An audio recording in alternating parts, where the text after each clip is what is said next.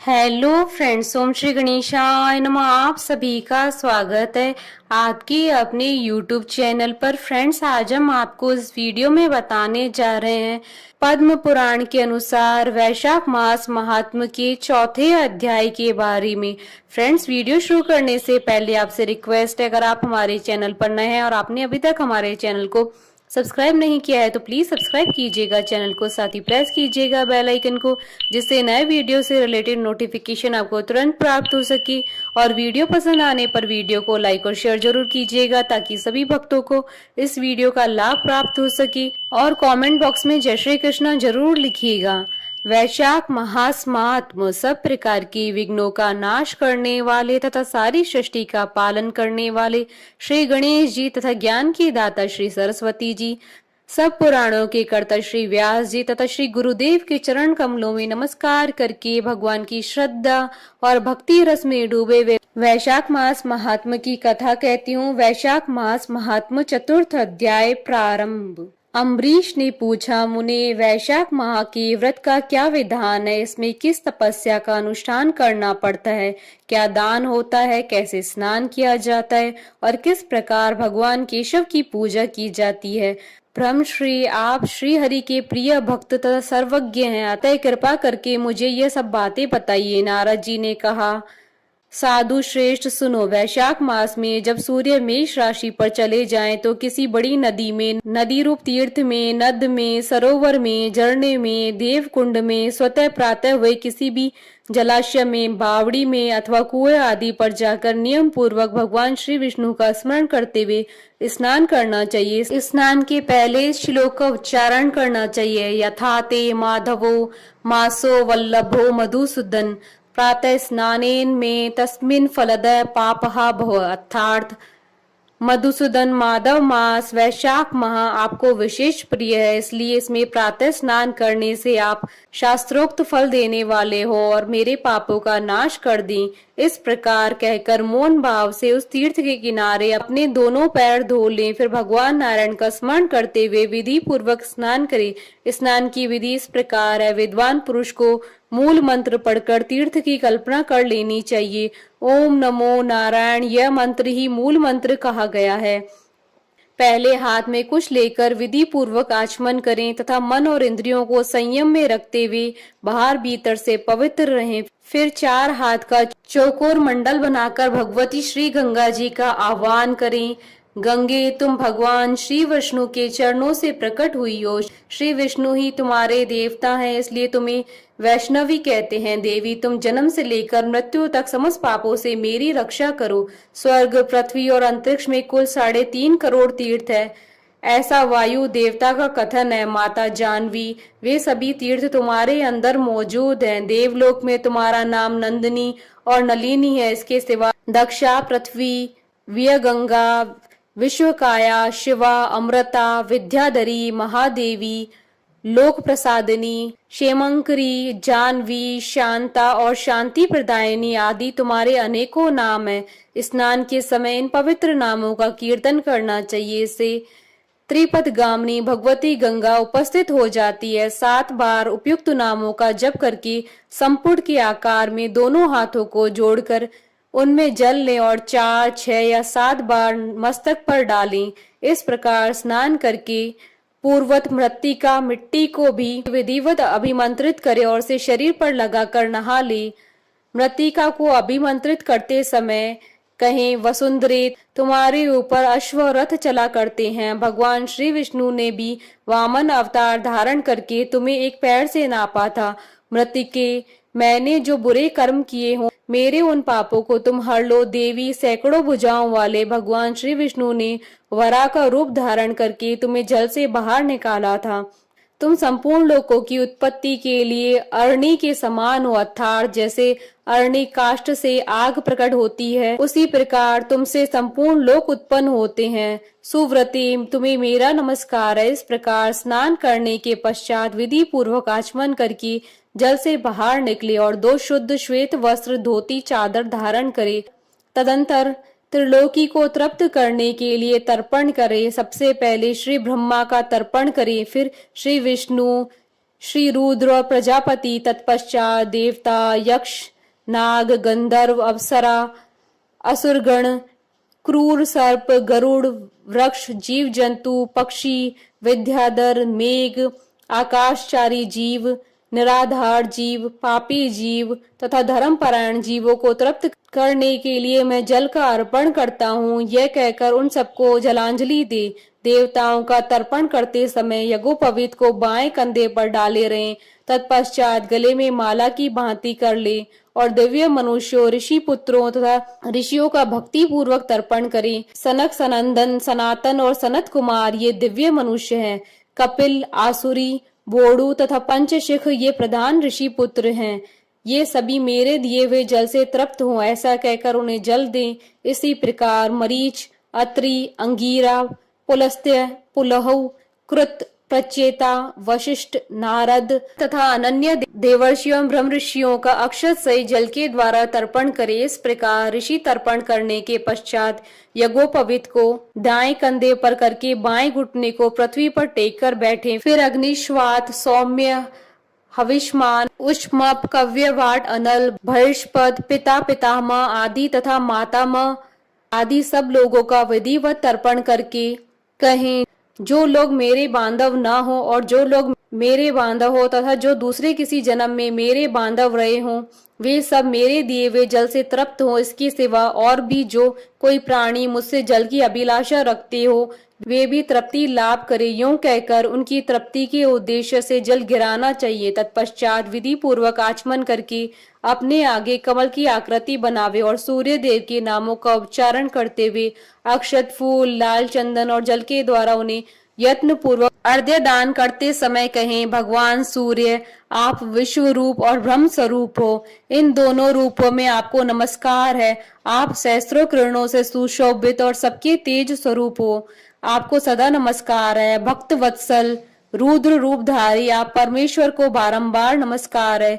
कुंडल और अंगद आदि आभूषणों से विभूषित पद्मनाभ आपको नमस्कार है। भगवान, आप सोए हुए संपूर्ण लोगों को जगाने वाले हैं, आपको मेरा प्रणाम है। आप सदा सबके पाप पुण्य को देखा करते हैं। सत्यदेव, आपको नमस्कार है। भास्कर, मुझ पर प्रसन्न होइए। दिवाकर, आपको नमस्कार है। प्रभाकर, आपको नमस्कार है।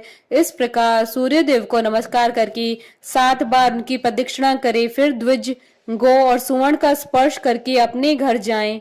वहां आश्रम वासी अतिथियों का सत्कार तथा भगवान की प्रतिमा का पूजन करे। राजन, घर में पहले भक्ति पूर्व जितेंद्रिय भाव से भगवान गोविंद की विधिवत पूजा करनी चाहिए। विशेषतः वैशाख के महीने में जो श्री मधुसूदन का पूजन करता है, उसके द्वारा पूरे 1 वर्ष तक श्री माधव की पूजा संपन्न हो जाती है। वैशाख मास आने पर जब सूर्य देव मेष राशि पर स्थित हो, तो श्री केशव की प्रसन्नता के लिए उनके व्रतों का संचय करना चाहिए। अपने अभीष्ट की सिद्धि के लिए अन्न, जल, शक्कर, धेनु तथा तिल की धेनु आदि का दान करना चाहिए। इस कार्य में धन की कंजूसी उचित नहीं है। जो समूचे वैशाख भर प्रतिदिन सवेरे स्नान करता है, जितेंद्रिय भाव से रहता है, भगवान की नाम जपता है और हविष्य का भोजन करता है, वह सब पापों से मुक्त हो जाता है। जो वैशाख मास में आलस्य त्याग कर एक भुक्त 24 घंटे में 1 बार भोजन करना, नक्त व्रत केवल रात में 1 बार भोजन करना अथवा अयाचित व्रत बिना मांगे मिले हुए अन्न का एक समय भोजन करना, वह अपनी संपूर्ण अभीष्ट वस्तुओं को प्राप्त कर लेता है। वैशाख मास में प्रतिदिन 2 बार गांव से बाहर नदी के जल में स्नान करना, हविष्य खाकर रहना, ब्रह्मचर्य का पालन करना, पृथ्वी पर सोना, नियम पूर्वक रहना, व्रत, दान, जप, होम और भगवान मधुसूदन की पूजा करना, ये नियम हजारों जन्मों के भयंकर पाप को भी हर लेते हैं। जैसे भगवान माधव ध्यान करने पर सारे पाप नष्ट कर देते हैं, उसी प्रकार नियम पूर्वक किया हुआ माधव मास का स्नान भी समस्त पापों को दूर कर देता है। प्रतिदिन तीर्थ स्नान, तिलों द्वारा पितरों का तर्पण, धर्मघट आदि का दान और श्री मधुसूदन का पूजन ये भगवान को संतोष प्रदान करने वाले हैं। वैशाख मास में इनका पालन अवश्य करना चाहिए। वैशाख में तिल, जल, स्वर्ण, अन्न, शक्कर, वस्त्र, गौ, जूता, छाता, कमल या शंख तथा घड़ी इन वस्तुओं का ब्राह्मणों को दान करे। तीनों संध्याओं के समय एकाग्रचित हो विमल स्वरूपा साक्षात भगवती लक्ष्मी के साथ परमेश्वर श्री विष्णु का भक्ति पूर्वक पूजन करना चाहिए। सामूहिक फूलों और फलों से भक्ति पूर्वक श्री हरि का पूजन करने के पश्चात यथाशक्ति ब्राह्मणों की पूजा करनी चाहिए। पाखंडियों से वार्तालाप नहीं करना चाहिए। जो फूलों द्वारा विधिवत अर्चन करके श्री मधुसूदन की आराधना करता है वह सब पापों से मुक्त हो परम पद को प्राप्त होता है। श्री नारद जी कहते हैं, हे राजेंद्र सुनो, मैं संक्षेप से माधव की पूजन की विधि बतला रहा हूँ। महाराज, जिनका कहीं अंत नहीं है, जो अनंत और अपार हैं, उन भगवान अनंत की पूजा विधि का अंत नहीं है। श्री विष्णु का पूजन 3 प्रकार का होता है, वैदिक, तांत्रिक तथा मिश्र। तीनों ही बताए हुए विधान से श्री हरि का पूजन करना चाहिए। वैदिक और मिश्र पूजन की विधि ब्राह्मण आदि तीनों वर्णों के लिए ही बताई गई है, किंतु तांत्रिक पूजन विष्णु भक्त शूद्र के लिए भी विहित है। साधक पुरुष को उचित है कि शास्त्रोक्त विधि का ज्ञान प्राप्त करके एकाग्रचित हो ब्रह्मचर्य का पालन करते हुए श्री विष्णु का विधिवत पूजन करे। भगवान की प्रतिमा 8 प्रकार की मानी गई है। शिलामयी, धातुमयी, लोहे की बनी हुई, लीपने योग्य मिट्टी की बनी हुई, चित्रमयी, बालू की बनाई हुई, मनोमयी तथा मणिमयी। इन प्रतिमाओं की प्रतिष्ठा 2 प्रकार की होती है, एक चल प्रतिष्ठा, दूसरी अचल प्रतिष्ठा। राजन, भक्त पुरुष को चाहिए कि उससे जो कुछ भी सामग्री प्राप्त हो उसी से भक्ति भाव के साथ पूजन करे। प्रतिमा पूजन में स्नान और अलंकार ही अभीष्ट है, अर्थात भगवती ग्रह को स्नान कराकर पुष्प आदि से श्रृंगार कर देना ही प्रधान सेवा है। श्री कृष्ण में भक्ति भाव रखने वाला मनुष्य यदि केवल जल भी भगवान को अर्पित करे तो वह उनकी दृष्टि में श्रेष्ठ है। फिर गंध, धूप, पुष्प, दीप और अन्न आदि का नैवेद्य अर्पण करने पर तो क्या ही कहना। पवित्रता पूर्वक पूजन की सारी सामग्री एकत्रित करके पूर्वाग कुशों का आसन बिछाकर उस पर बैठे। पूजन करने वाले का मुख उत्तर दिशा की ओर या प्रतिमा के सामने हो। फिर पाद्य, अर्घ्य, स्नान तथा अर्घ आदि उपचारों की व्यवस्था करे। उसके बाद कर्णिका और केसर से सुशोभित अष्टदल कमल बनावे और उसके ऊपर श्री हरि के लिए आसन रखे। तदंतर चंदन, खस, कपूर तथा अर्गजा से सुवासित जल के द्वारा मंत्र पाठ पूर्वक श्री हरि को स्नान कराए। वैभव हो तो प्रतिदिन इस तरह की व्यवस्था करनी चाहिए। स्वर्ण धर्म नामक अनुवाक, महापुरुष विद्या, सहस्त्र शीर्षा आदि, पुरुष सूक्त तथा साम वेदोक्त निराजना आदि मंत्रों द्वारा प्रेम पूर्वक भगवान का यथो योग्य श्रृंगार करे। पुजारी श्रद्धा पूर्वक पाद्य, आचमनीय, गंध, पुष्प, अक्षत, धूप आदि उपहार अर्पण करे। उसके बाद गुड़, खीर, घी, पूड़ी, मालपुआ, लड्डू, दूध और दही आदि नाना प्रकार के नैवेद्य निवेदन करें। पर्व के अवसरों पर अंगराग लगाना, दर्पण दिखाना, दंत धावन कराना, अभिषेक कराना, अन्न आदि के बने हुए पदार्थों का भोग लगाना, कीर्तन करते हुए नृत्य करना और गीत गाना आदि सेवाएं भी करनी चाहिए। संभव हो तो प्रतिदिन ऐसी ही व्यवस्था करनी चाहिए। पूजन के पश्चात इस प्रकार ध्यान करें, भगवान श्री विष्णु का श्री विग्रह श्याम वर्ण एवं तपाए हुए जाम्बूनंद नामक स्वर्ण के समान तेजस्वी, भगवान के शंख, चक्र, गदा और पद्म से सुशोभित 4 भुजाएं हैं। उनकी आकृति शांत है। उनका वस्त्र कमल के केसर के समान पीले रंग का है। वे मस्तक पर किरीट, दोनों हाथों में कड़े, गले में यज्ञोपवीत तथा उंगलियों में अंगूठी धारण किए हुए हैं। उनके वक्ष स्थल में श्री वत्स का चिन्ह है। कौस्तुभ मणि उनकी शोभा बढ़ाता है तथा वे वनमाला धारण किए हुए हैं। इस प्रकार ध्यान करते हुए पूजन समाप्त करके घी में डुबोई हुई संविदाओं तथा हविष्य द्वारा अग्नि में हवन करे। आज्य, बाग तथा आघार नामक आहुतियों देने के पश्चात घृतपूर्ण हविष्य का होम करें। तदंतर पुनः भगवान का पूजन करके उन्हें प्रणाम करें और पार्षदों को नैवेद्य अर्पण करें। उसके बाद मुख शुद्धि के लिए सुगंधित द्रव्यों से युक्त तांबूल निवेदन करना चाहिए। फिर छोटे बड़े पौराणिक तथा अवार्चीन स्त्रोतों द्वारा भगवान की स्तुति करके भगवान प्रसीद, भगवान अर्थात भगवान प्रसन्न होइए यूं कहकर प्रतिदिन दंडवत प्रणाम करे। अपना मस्तक भगवान के चरणों में रखकर दोनों भुजाओं को फैलाकर परस्पर मिला दे और इस प्रकार कहें, परमेश्वर मैं मृत्यु रूपी ग्रह तथा समुद्र से भयभीत होकर आपकी शरण में आया हूँ या आई हूँ, आप मेरी रक्षा करे। तदंतर भगवान को अर्पण की हुई प्रसाद माला आदि को आदर पूर्वक सिर पर चढ़ाएं तथा यदि मूर्ति विसर्जन करने योग्य हो तो उसका विसर्जन भी करें। ईश्वरीय ज्योति को आत्म ज्योति में स्थापित कर ले। प्रतिमा आदि में जहाँ भगवान के चरण हो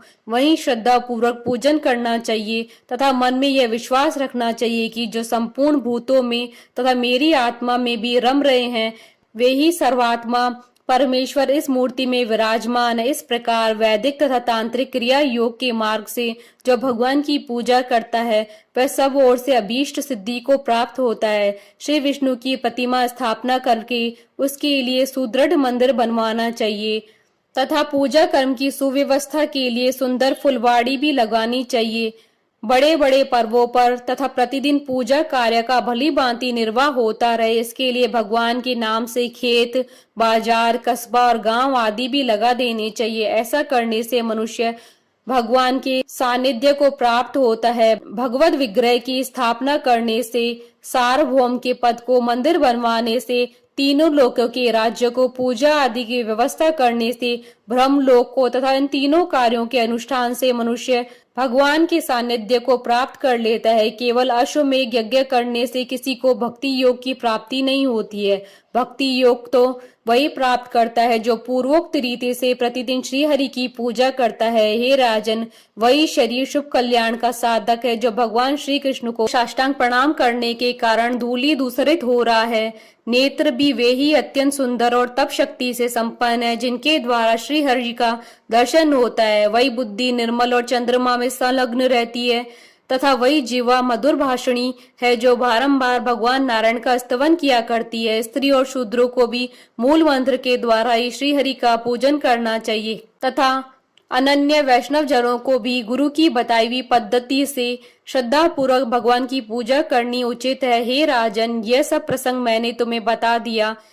श्री माधव का पूजन परम पावन है। विशेषतः वैशाख मास में तुम इस प्रकार पूजन अवश्य करो। सूत जी कहते हैं, महर्षि गण इस प्रकार पत्नी सहित मंत्र वेता महाराज अम्बरीश को उपदेश दे उनसे पूजे तो विदा लेकर देवर्षि नारद जी वैशाख मास में गंगा स्नान के लिए चले गए। लोक में जिनका पावन सुयश फैला हुआ था उन राजा अम्बरीश ने भी मुनि की बताई हुई वैशाख मास की विधि का पुण्य बुद्धि से पत्नी सहित पालन किया। इति श्री पद्म पुराण अंतर्गत वैशाख मास महात्म का चौथा अध्याय संपन्न हुआ।